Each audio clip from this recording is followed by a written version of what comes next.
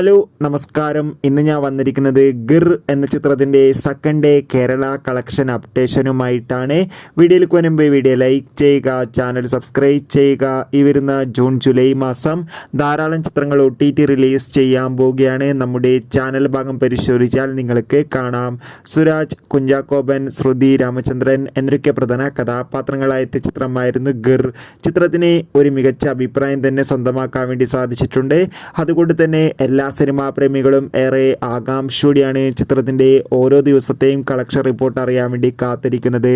ഗിർ എന്ന ചിത്രത്തിന് ആദ്യ ദിവസം 63 ലക്ഷം രൂപ കളക്ഷൻ ലഭിച്ചിട്ടുണ്ട്.